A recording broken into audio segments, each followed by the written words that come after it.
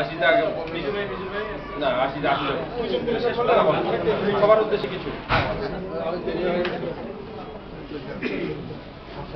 Deer colleague, আসলে ওই বিদায় যে কথা বলছে না, ওগুলো কোনো কথা না। জাস্ট আমরা শিফট করছি মাত্র এক জায়গায় আর এক জায়গায়। সবাইকে শুভেচ্ছা, সন্ধ্যা, শুভ সন্ধ্যা। কিন্তু বাস্তবে আসলে কিন্তু এখন সময় তো ভালো না, তো সেই হিসাবে খুব বেশি করে বা খুব ডিটেলস না বলে খুব শর্টে যতটুকু বলা যায়, যত সহজে যত কম মানে শর্ট টাইমে কাজগুলো সমস্যা শেষ করা যায় সেটা মনে হয় ভালো। তো আমি আমার পার্সোনাল অভিমত হচ্ছে যে যারা এখান থেকে গেছে তাদের যোগ্যতা বলে এখান থেকে গেছে, এবং তারা তাদের অবস্থান নিয়ে একটা সুন্দর অবস্থানে সেখানে গেছে, এবং আমি মনে করি তাদের অবস্থান আমাদের অন্যদের অনুকরণীয় করতে হবে। আমরা এখানে অনেকে কাজ করছি, সবার যোগ্যতা বলে, কিন্তু দেখা যাচ্ছে যে হয়তো অনেকের মনে হতে পারে যে আমাদের অবস্থান মানে নাই, কিন্তু আমরা মনে হয় এখনো দেখা যাচ্ছে যে আমাদের অবস্থান এখনো পর্যন্ত বাইরে যথেষ্ট ভালো অবস্থায় আছে। যে কোনো জায়গায় গেলে আমরা সম্মানের সাথে কাজ করতেই পারি। আমরা যদি বলি যে আমাদের আমিনুল সাহেব, সামনে দেখা যাচ্ছে মোহাম্মদ সাহেব, নান্টুদা, তারা একটা জায়গায় স্পেশাল। যেমন আমি যে নান্টুদার কথা বলি, নান্টুদার ওই তার স্পেশাল যে ডকুমেন্টেশনের যে কোয়ালিটি বা ক্যালিবার, সেটা কিন্তু আমাদের কাছে অনুকরণীয়, শেখার কিছু আছে। আমরা শেখার চেষ্টা করছি, এবং আমি নিজেও যেমন শেখার চেষ্টা করি, অন্যদের শেখার চেষ্টা করি। আমিনুল আমাদের প্রথম সেপা, টিল নাও আমরা কিন্তু সেটার জন্য সমস্যা ফেস করতেছি। আমাদের রুল আমিন সাহেব উনি কিন্তু আমাদের সে চলে গেছেন কৌশলগতভাবে। উনি আমাদের থেকে সোজা সামনে বলছি পিছটা আর এক জায়গায় গেছেন, আমাদের আটকাই দিয়ে। কিন্তু আমাদের যে একটা আমরা যেভাবে আগানোর চেষ্টা করছিলাম, আমরা সব আগাতে পারছি না, এবং মনে হচ্ছে আমরা দিনের পর দিন পিছাই পড়ছি। হয়তো আমরা দেখব হয়তো সহযোগিতা নিয়ে হয়তো সবার সহযোগিতা হয়তো আরও আগানোর চেষ্টা করবো। আর at the same time Aminul Haque, Mohammad দেখলাম সামনে আছে, মোহাম্মদ আজমল, সবাই আমাদের হয়তো খুব ক্লোজ। তাদের কাছ থেকে আমাদের অনেক কিছু শেখার আছে এখন, এবং এতদিন যারা ছিল বা আমাদের সময় যারা একসাথে কাজ করেছি, বিভিন্ন সময় বিভিন্নভাবে বিরক্ত হয়েছে মাত্র আমাদের, এবং তাদের সবচেয়ে যে প্রবলেম যে তাদের চাহিদা হবে যারা দরকার ছিল আমরা কোনো কিছু করতে পারি আন্তরিকভাবে।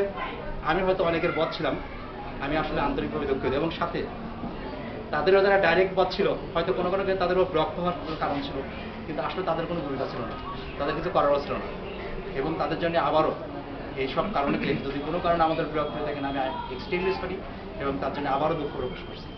সাথে যে এখন যে যে অবস্থানে আছেন, আমি জানি সবাই খুব একটা স্পেশালি কি রোল আছে একজনের, তার মধ্যে আমার নাটুদের একটা অন্যরকম, নাটুদের সত্যি আমাদের ছেড়ে বিদেশ চলে যাচ্ছে।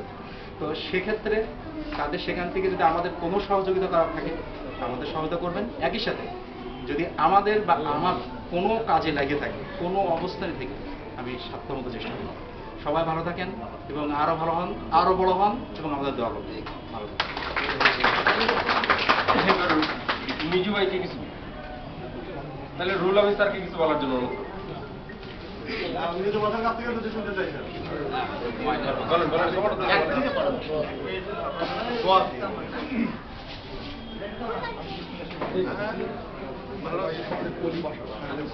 একটু জোরে বলেন।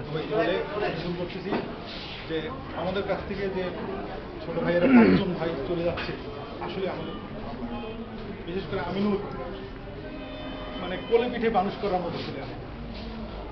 তারপরে নান্টুদা অনেক দিন ধরে চাকরি করছি আমরা গেটকো থেকে, বাকি আর এই দুজন থেকে কি বলবো, নিজের ছোট ভাইয়ের মতো ও তো আমার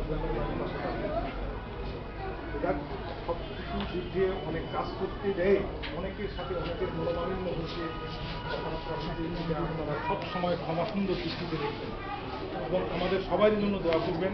আপনাদেরও সবাইয়ের ভবিষ্যৎ মঙ্গল কামনা করে শেষ করছি। আমার কিছু বলার নেই।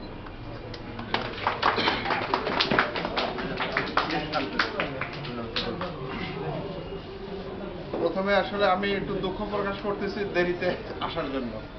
আমি নিজেও খুব একটা প্রস্তুত ছিলাম না আসার জন্য, তো তারপরে আসতে হয়েছে, এবং এটা শেষ পর্যন্ত আমি মনে করি যে আমার জন্য একটা সৌভাগ্য আছে সবার সাথে একসাথে কথা বলার সুযোগ পাওয়া। আমি এখানে আসলে ঠিক বলা যাবে না এইভাবে, আমি আপনাদের পুরানো কলিগ হিসেবেই আসলে বলা, আর আরেকটা হচ্ছে on behalf of Bangla cat senior লোক হিসেবে আমার কথা বলা।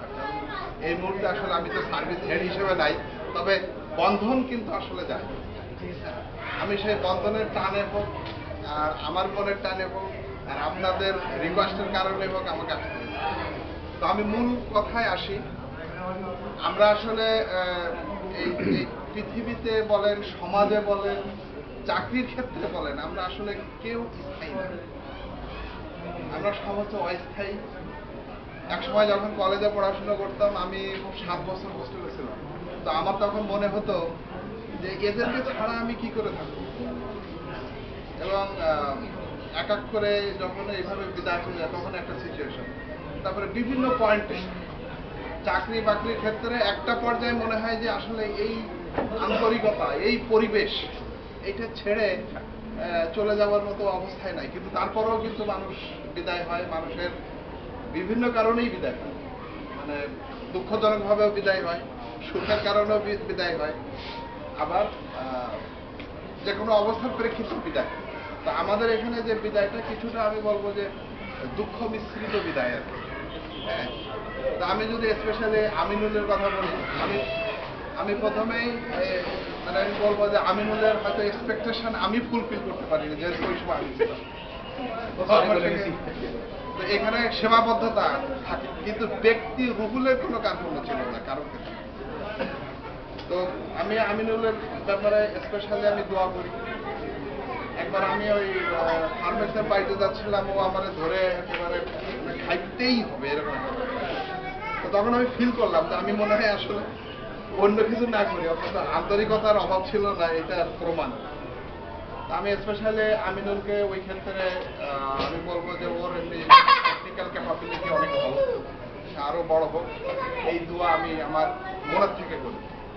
নেক্সট নান্টু চাকমা সাথে আমি সরাসরি কাজ করি নাই, কিন্তু আমি মাঝে মাঝে ওর সাথে কাজ করতাম। আপনারা সবাই জানেন ও যে অঞ্চলের ছেলে, ওই অঞ্চল নিয়ে আমরা কিন্তু সবাই এই দেশের সন্তান হিসেবে কিন্তু কিছুটা উদ্বিগ্ন।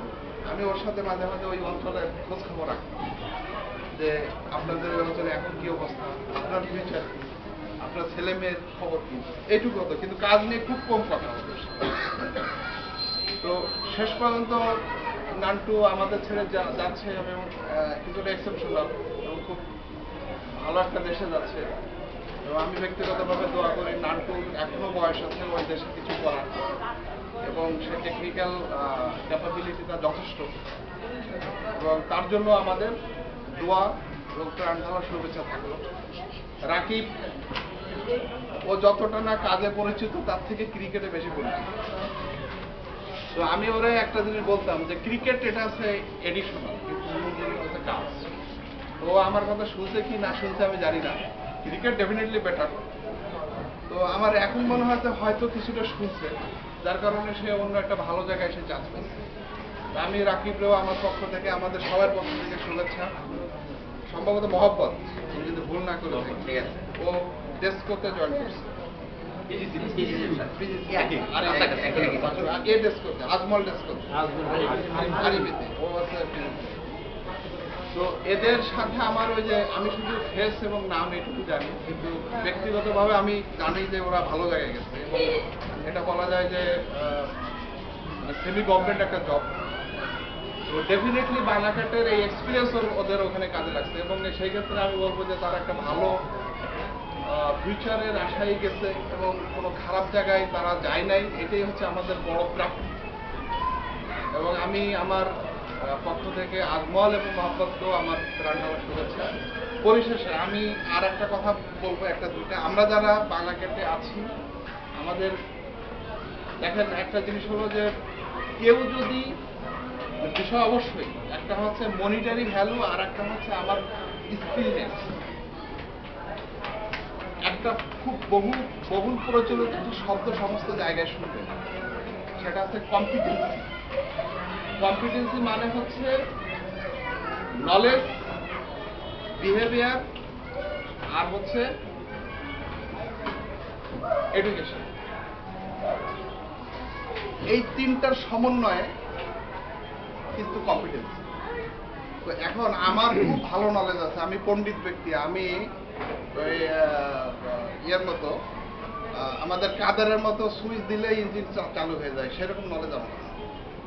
কিন্তু আমার ব্যবহার হচ্ছে জঘন্য, তাহলে আমি জীবনে উঠতে পারবো না। আমার ব্যবহার খুব অদ্ভুত, কিন্তু আমি কিছুই বুঝি না। তার জোড়ানো বা কোনটা কিভাবে ট্যাবলেট ক্লিয়ারেন্স করে আমি এটা বুঝি না, তাই না? তাহলে আমার ওই নলেজের ভ্যালু নেই। আমাদের মাসুদ ইনভয়েস করে, মাসুদ ওইখানে আছে। মাসুদ কিন্তু রিসেন্টলি ফাইন্যান্সে চলে গেছে, কিন্তু ওর শিকড় কিন্তু সার্ভিস। আমি ওর কথা এই কারণে বলতেছি, আমি ও যে ইনভয়েসের কাজ করে, ও যে ফাইন্যান্সের কাজ করে, ও যে ডকুমেন্টেশনের কাজ করে, ওই জিনিস সম্পর্কে নলেজ রাখে।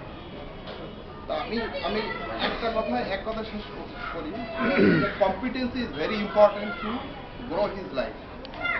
এই কম্পিটেন্সির উপরে স্কিল নাই, নলেজ অ্যান্ড বিহেভিয়ার। আমার যদি নলেজ আছে, বিহেভিয়ারও ভালো, কিন্তু আমি রেঞ্জ ধরতে ভয় পাই। এই তিনটার সমন্বয় থাকতে হবে। যদি আমি এই তিনটার সমন্বয় থাকে, তাহলে আমাদের জন্য বাংলা ক্যাপ তো ছোট জায়গা, আমি মনে করি আমাদের সবার ক্ষেত্রে, এবং আপনাদের যে বয়স, বাংলা ক্যাপের ছোট জায়গা। এই নলেজ এবং এই কম্পিটেন্সি থাকলে আমার বিশ্বাস যে স্ব ক্ষেত্রে তো অবশ্যই ভালো করবেনই, এবং ফিউচারেও যে যার ভবিষ্যৎ নিয়ে চিন্তা করবেন, সেখানেও ভালো থাকবে।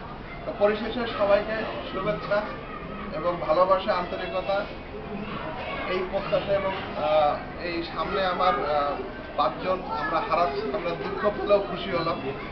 এরকম একটা অবস্থার ভিতর দিয়ে আমি আমার এখানে সবার শুভকামনা করে আমি আমার ছোট বক্তব্য শেষ করছি। ধন্যবাদ। আমি আতিক ভাইকে রিকোয়েস্ট করবো, যেহেতু কমিশনিং ডিপার্টমেন্টের অলরেডি এখানে আছে তিনজন, আতিক ভাইকে বলা।